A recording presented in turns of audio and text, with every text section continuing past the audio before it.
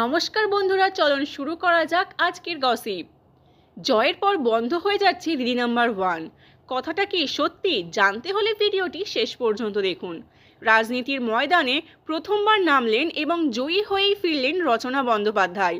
18তম লোকসভা নির্বাচনে হুগলি লোকসভা কেন্দ্রের তৃণমূলের প্রার্থী হয়ে দাঁড়ান। সমাজ মাধ্যম জুড়ে তাকে নিয়ে চলে নানা চর্চা।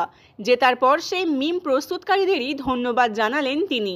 যারা তাকে নিয়ে ট্রোল করেছেন তাদের উদ্দেশ্যে রচনা বলেন, আমি তাদের দোষ দিচ্ছি না, তাদের রুজি রোজগারের জায়গা।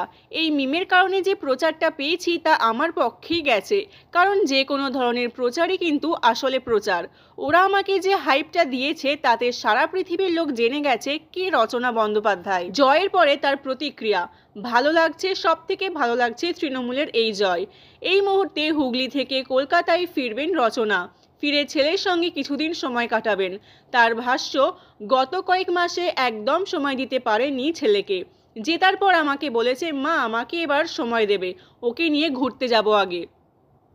সাংসদ হিসেবে নতুন দায়িত্ব নিতে হচ্ছে, তবে কি দিদি নাম্বার 1 শোয়ের ভবিষ্যৎ অনিশ্চিত? এমন প্রশ্নে খানিক অভয় দিয়ে রচনা জানান, কোনো দিকেই অসুবিধা হবে না, দুদিকেই দায়িত্ব পালন করবেন তিনি।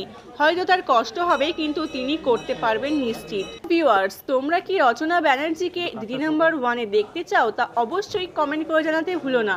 আর এরকম নিত্য নতুন খবর পেতে চ্যানেলটিকে অবশ্যই সাবস্ক্রাইব করে সঙ্গে থাকুন।